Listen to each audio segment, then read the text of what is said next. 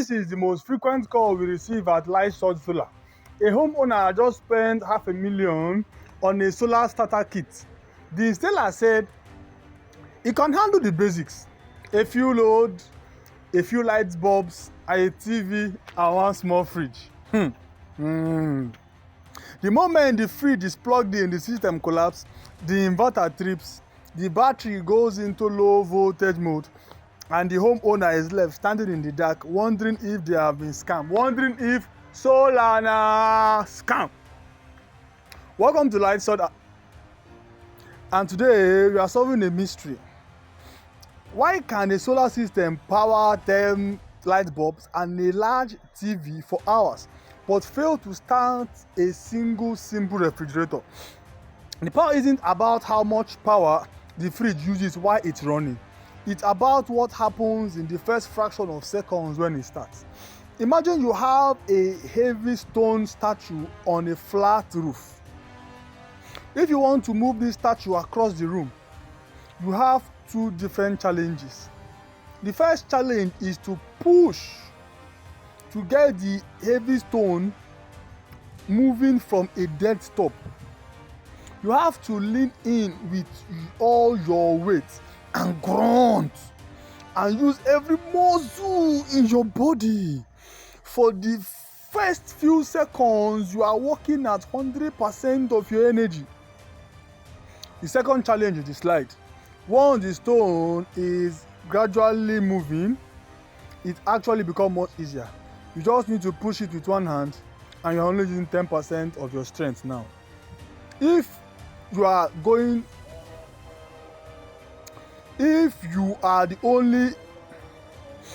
only strong enough to slide the stone, but you are not strong enough to push it to start, the stone stays exactly where it is and you are failed. Before you buy any solar equipment, watch our full podcast. We explain these things deep details. The link is in the descriptions. Now, this is exactly what is happening inside your kitchen. Your fridge is the stone statue. This is where the solar math breaks down for most people.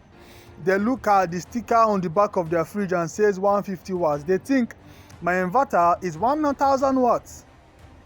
Much more bigger than the 150. No problem. But they forget about the push. It is called the surge voltage or the peak load. And that statue stone that I spoke about, this is exactly how a refrigerator compressor works, especially if you are using olden days refrigerator. In simple terms, the running wattage is the slide.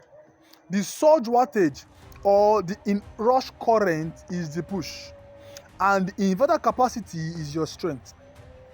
Before solar, we didn't worry about this because the grid is like an infinite giant. When you plug in your fridge, before solar, we didn't have to worry about this because the grid is like an infinite giant. When your fridge needs a massive push to start, the grid just gives it. You don't see the struggle.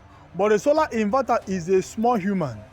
It's a very strict human. It has so many limits on how much push it can give.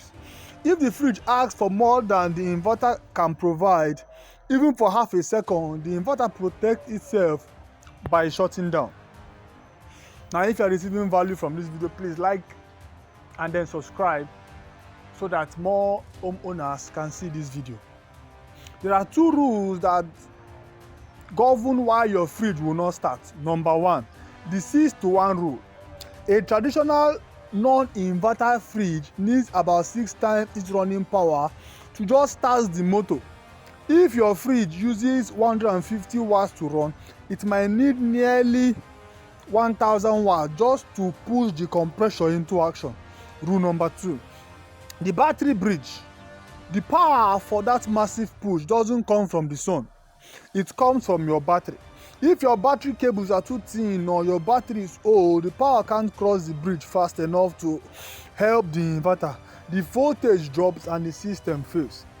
Here is what actually happens in the systems that can make the fridge power fail. Step one, the fridge thermostat realizes the inside is getting warm. It sends a signal to start the motor. Step 2. The motor asks for a massive gulp of energy, a massive supply of electricity. Step 3.